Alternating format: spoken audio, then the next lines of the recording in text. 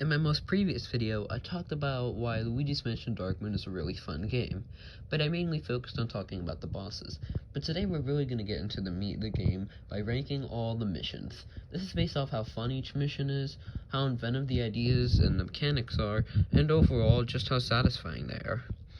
Now, like I said, Dark Moon has a lot of interesting mechanics, bosses, music, and locations, and all of this is reflected upon the missions. So let's get started. Number 34 is none other than the very first mission in the game, A1, Poltergust 5000. This is where you first enter Gloomy Manor, and the atmosphere of the place really sets in you. There are a bunch of knights that you have to avoid, and of course you get the Poltergust 5000. And with it, you learn how to use a strobe bulb to flash ghosts and suck them up. You first get the Poltergust in the garage, and Luigi does a cute little dance. You learn how to suck up a few ghosts, but the mission is really simple, and it's by far the easiest. Number 33 is A Ghost Gradual Infiltration. There are 5 missions in this game that are pretty much just ghost gauntlets, and you unlock them by finding all the booze in the mansion. This one is by far the easiest. You go through the different rooms of Gloomy Manor and suck up the ghosts. It's pretty simple, and none of the ghost types are that challenging, although you do encounter the Poltergeist. Number 32 is A4 Visual Tricks. Yet another Gloomy Manor mission, but this time you're learning how to use the dark light. You learn how to make some doors appear and to suck up the boo. Both are pretty important mechanics in the game, that's true, but they aren't really used to their full potential here. It's understandable, seeing as how this is the introduction to the dark light, but still, it's forgettable. Number 31 is A2, Gear Up. This mission is a lot more interesting than the first one, as you have to search for different gears in the different rooms. You have to go into the common hall here in the different rooms, and one of them could only be accessed by having a bed slam you into another one. It's pretty funny. Number 30 is D-Ghost, Severe Infestation. This isn't one of my favorite of these Ghost Gauntlet missions because you have to travel all throughout the secret mine. For what it's worth, this is my least favorite mission to come outside of the Gloomy Manor. And all you're doing here is just finding the different ghosts, of course, but getting all the way up to the first floor where the cabin is and then going all the way down into the chasm, it can be pretty annoying to do so and to hunt up all the ghosts. Number 29 is B-Ghost, Hostile Intrusion. This ghost mission takes place in the Haunted Towers, and you have to go through the different towers to find a ghost. Now, the Haunted Towers has some pretty interesting rooms, which made this one higher than the previous 2 ghost missions. Still, it's not really anything special, although it is cool to see all the different rooms you were in so far. Number 28 is Sea Ghost, Outlandish Interruption. Okay, we're almost done with these, I promise. So what makes this one special? Well, there are a lot of different paths to take in the old clockworks, which makes this one pretty interesting. Not only that, but it also seems like an actual challenge, and it's pretty fun. So, there's that. Number 27 is C4, Play Catch. Play Catch is a very forgettable mission, outside of the ghost ones, of course, because all you're doing is tracking down Polterpup, which you've already done. You basically go through all the previous rooms you were in C2 and C3, which means it's not very interesting. I like the old clockworks, but retracing it just to hunt down the Polterpup, especially in the room with the moving floorboards, yeah, it's pretty annoying and forgettable. Number 26 is E-Ghost, Terrifying Invasion. Okay, I promise, this is the last one. So, what makes this the best? Well, it's simply the most challenging. Granted, it's not nearly as good as another mission in a treacherous mansion all about hunting down ghosts, but still, it's a lot of fun.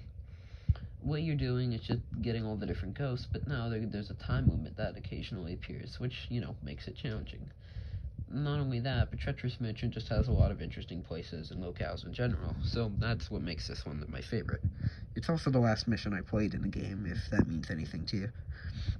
Number 25 is A5, Sticky Situation. I swear, I've played this mission like 10 times trying to get 3 stars on it. What you're doing is sucking up the cobwebs in the Gloomy Manor. And the reason it's a lot of fun is because you get to go through all the different rooms here, and nothing is off limits. Now, the cobwebs always randomly generate, so you can imagine how fun that is. But it's actually not that bad, and finding the cobwebs can be satisfying. I like burning them up too. It's a great tutorial for the amazing boss of Gloomy Manor. And the music is easily the best part. I don't know why this one song is specific to this, but much like a spider, this is infectious. I love it. Number 24 is B-Boss, Tree Topping. There's a huge gap between the Tree Topping boss fight and all the others in the game, although it's not actually called that. So what you do here is, you're in the Haunted Towers, but it isn't exactly the greatest finish. What you're doing is climbing up 20 flights of stairs, each of them randomized. The only way to tell what the right one is by guessing where the right torches are. It's annoying, like really annoying. But once you get to the top, you fight the haunted staircase, and it's not nearly as challenging as what you just been through, or even the first boss in the game for that matter. All the staircase does is breathe out fire at you, and after it slams into the ground, you suck up the rope and take down the possessor ghost. It's not very interesting, but I've talked about it before, so let's move on. Not a very great way to end off Haunted Towers, like I said. Number 23 is B1, Job for a Plumber. This is a great introduction to the Haunted Towers, unlike that not-so-great finish. What you're doing here is going through all the different rooms of the Haunted Towers, specifically on the left tower, and then you traverse to the right. What you're also doing here is, finding all the different keys and seeing all the different plants, and this plays a lot better than the Garden Suites from Luigi's Mansion 3. Eventually, you reach your way to the top after some nifty puzzles, and you face off against the first gobbler in the game, which is a pretty unique ghost, since they don't appear too often, but they're a lot of fun to take down, so this mission gets some cookie points. It's a lot of fun. Number 22 is B2, the Pinwheel Gate. The mission that comes after is very similar to Gear Up from the Gloomy Manor, but it's a lot more interesting because Haunted Towers is more fun than Gloomy Manor in general, and looking for these pieces of the Pinwheel Gate means that you'll be able to traverse farther, which, is a good thing.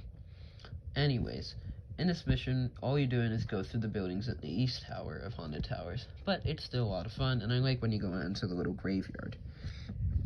Number 21 is B4 Pool Party, yet another Haunted Towers mission, but what are you doing here? Well, simple. You're trying to make your way all the way up to the pool on one of the tallest towers, because this is where the key is to get inside the hollow tree, which is where you get the next Darkman piece. However, once you get it, a Poltergust steals it. But another thing that makes this mission unique is once you get to the top of the pool, you encounter the Sneaker Ghost, one of the best of these common ghosts in the game. They're a lot of fun to face off against. Number 20 is B5, Doggone Key. The very next mission has you tracking down the Poltergust. You mainly go through the same missions you were in Pool Party, but it still is a lot of fun. And overall, tracking down the Poltergust is really cool here, and because it's the first time, I don't really mind it. Number 19 is A3, Quiet Please, easily one of my favorite of the normal missions in Gloomy Manor. Why is that, you may ask? Well, you encounter a very unique enemy, the Poltergust. The Poltergeist are these brainiac ghosts who love to play music in the library, and it sounds unsettling from far away, but once you're actually in the room, it's really catchy. Once you go through the kitchen and the patio, you'll be able to face off against these guys. They're really interesting, and they can actually be pretty challenging for this early on. They have a lot of HP, and they throw books at you. It's a very fun fight. And it's very memorable, too. Love that song, Library Piano. Number 18 is C5, Peace at Last. A pretty decent way to end off the old Clockworks, as this is yet another Toad escort mission, but it's fun because of all the different weightlifting and gear puzzles that are found throughout the old Clockworks.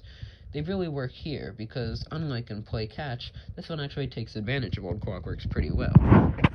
The whole time you're trying to get Toad to weigh down on things, or solve some certain gears to make pathways. It's a lot of fun, and Toad doesn't really feel annoying like you can in some other missions. He's cool.